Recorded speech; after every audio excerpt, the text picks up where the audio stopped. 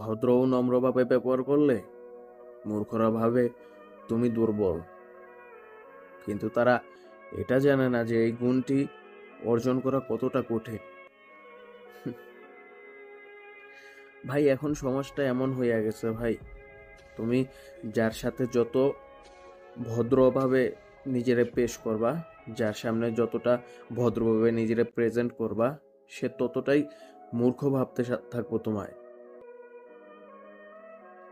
সে তোমায় মূর্খ ভাববো, তোমার ভদ্রতাকে সে সম্মান দিব না, সে ভাববো যে তুমি মূর্খ, তোমাকে সম্মান দিব না, অসম্মান দিয়ে কথা বলবো।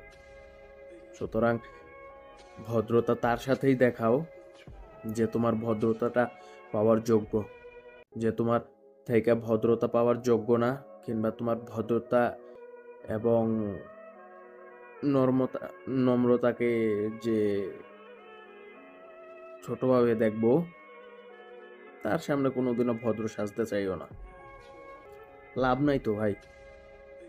মানে আমি যদি তোমার সামনে ভদ্র সাজি, কিংবা তোমার সাথে আমি ভদ্রভাবে ব্যবহার করি, তারপরও যদি তুমি আমায় বোকা ভাবো, তাইলে আমি তোমার সাথে কেন ভদ্রতা আমি দেখাবো?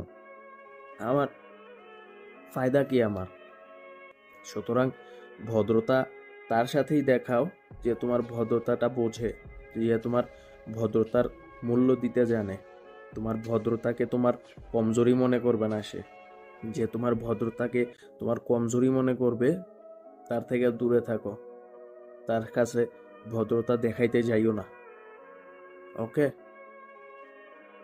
নম্রতা ও ভদ্রতা তাকেই দেখাও, তার কাছেই পেশ করো, যার কাছে এগুলোর মূল্য আছে, যার কাছে এগুলার মানে হচ্ছে দুর্বলতা, তার কাছে কখনোই ভদ্রতা দেখাইতে যাইও না।